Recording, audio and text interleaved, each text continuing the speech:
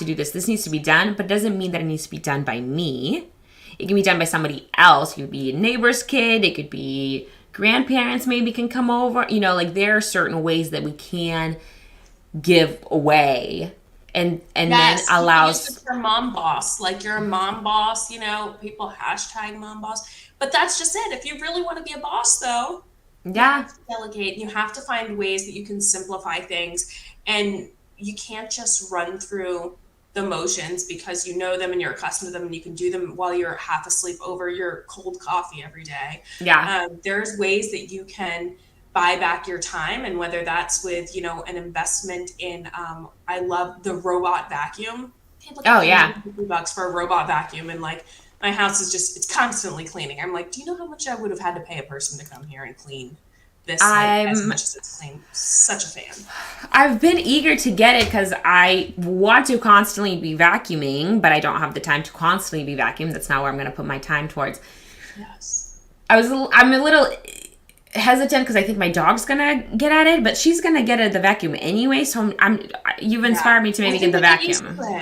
I think they get Yeah. used to it. My dog, even my kids, I mean, are used to it now. At first, my son would like try to balance things on it. And Oh, fun. Yeah, for telling him, sure. saying that's going to eat all your toys, everyone better go clean their room, was very helpful. It's like the vacuum monster now in a fun way. Yeah. So it was actually like, actually, we don't do that. It will eat your Legos, so you shouldn't. Yeah. And you can put your No one's coffee always on it good. and I'll bring it to Yeah, you. you bring it to you, exactly. Yeah. I will say, if you're looking, there's a mop one too, and I think the mop one is better than a vacuum one. I think it vacuums and mops. It does like the same thing, and I actually think it's better, and it's square, which just makes so much sense. So much better. I'm always like, how are you going to get the corners? Yeah, yeah. How are you going to get So I need the mop one for downstairs. Although I heard that mopping isn't good for hardware. But I'm like, how else are you going to clean it? no.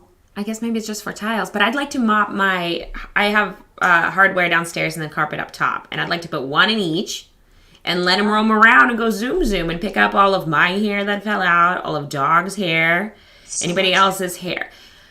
All the hair. There's just so much hair all the time. It's insane how much hair there is in a house. That's like just as bad as the paper clutter. Is like hair Yeah. everywhere. You can make Yes, wigs this out of all vacuum the will get hair. it.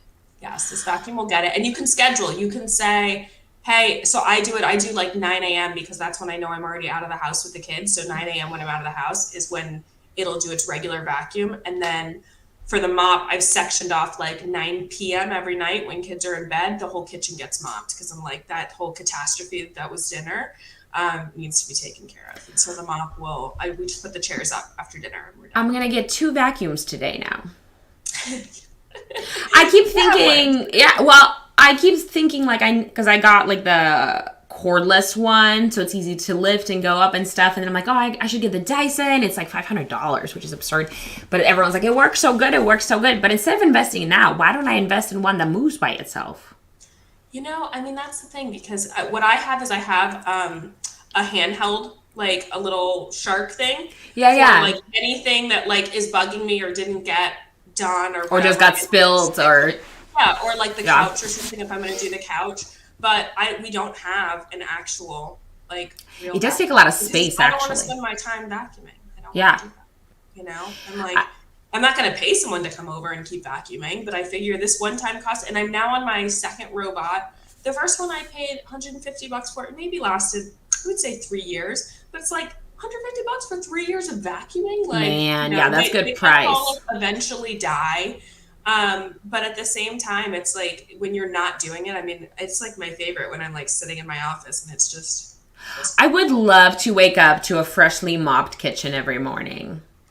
well, that's what I'm saying. I set it at night. I love it because no one's like Yeah. going to be walking through there. No one's going to slip. Like we're good. It actually dries really quickly when it does it. It'll do a dry mop and a wet mop, I think. So I always do the wet one, but it dries really quickly. And it is, I mean, these are the things like when everyone's writing out that Christmas list this year, I'm like, put on there. It Put is on so your pregnancy. Put on your pregnancy baby registry or list. something. Yes. Put it on your baby list. Forget the crib. You need the vacuum. So while you're with the baby, the vacuum's going around and around.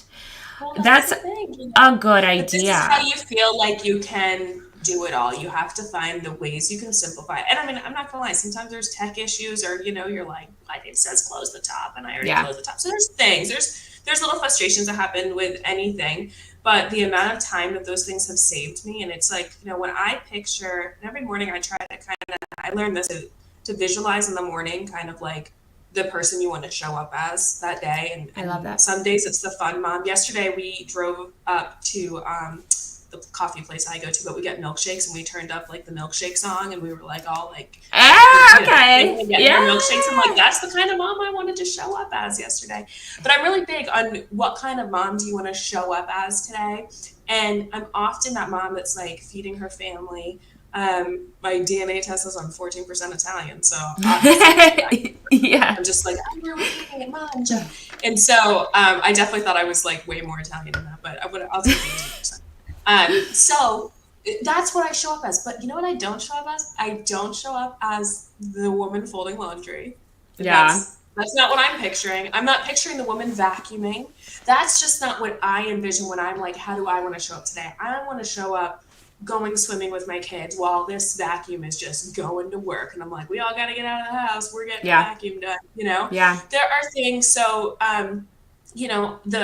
the mom that I am is the one that does 15, 25-minute timer. I keep the bathroom supplies. Like I used to keep everything under my kitchen cabinet. Like that was where all cleaning products go.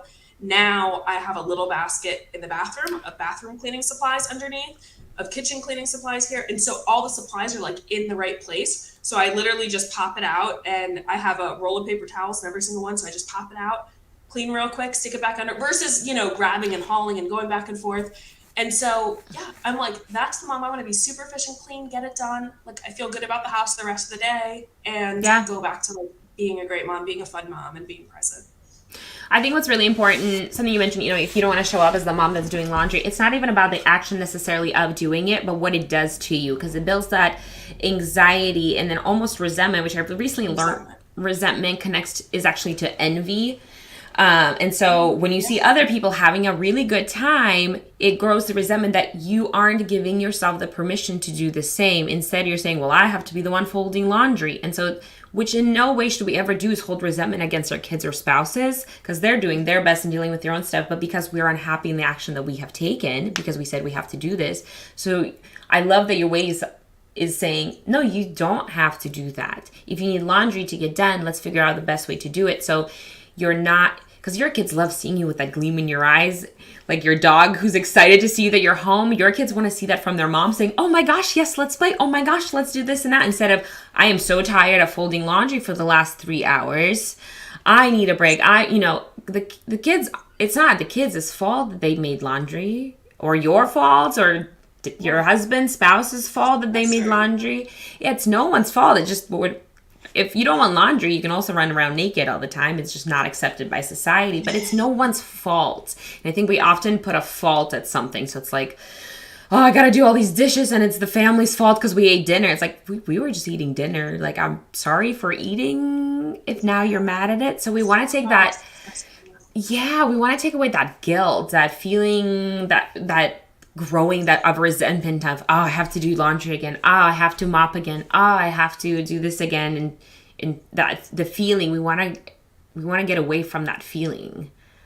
Yeah, and there's a lot of, I have a lot of work personally that I need to do on like boundaries and setting boundaries. That's never been an area that I felt really strong about in my family life particularly. But one thing, because I catch myself with resentment all the time, and one thing that I learned about with resentment is if I'm just writing out like why I'm feeling resentful, just a brainstorm of like, because I'm doing dishes, because I'm doing laundry, because I'm doing this, the expectation that, oh, my partner should do more of this, or my partner, and by the way, my partner's fantastic. He does a ton of stuff. It's just not anything on that list. He just does all of he cleans the outside pool. He does all of his stuff that helps me, picks up dog poop and things that I don't even think about. But it's nothing on the list that's stressing me out, right? Mm-hmm. So, and I bet it would if he stopped doing it, but it's nothing on my current list. But when I write out all those things of like, what am I feeling overwhelmed by? What am I feeling stressed by and resentful of? All of those things I work to solve for myself. How can I solve this? Can I get a robot vacuum. If you can't afford one, can you have it be a Christmas present? Have everyone throw in for it. Have, figure out a way to do it. Donate some things, share, sell some items and things that you have. If this is something that's really stressing you out, there's a way to find a simple way to do things. Like I said, the wake up, out of all the tips I shared, the hardest one I think was the okay to wake timer, because it took a lot of training with my son to be able to like really get that time. But once I'm able to get that, like, okay, prepared, ready for my Yeah. day, 30 minutes, I'm dressed in my capsule wardrobe, got at least a little bit of makeup on, and feeling okay about it, So um I think that's the big difference, because if we compare, let's say, working at home, so you wake up, you're always with the kids, and you never really get that escape, versus going to work. You usually have the morning to yourself, and then you drive to work so you can set your morning, and then you're at work, whatever work happens, and then you come home, you kind of calm down and you decompress, and then you kind of start it. But when we do our regular work without kids, we have that time. We have that time to get ourselves ready, to wake up, to say, this is what I'm going to do. But we usually, when we're staying at home with the kids, we don't allow ourselves at that time. It's just yeah.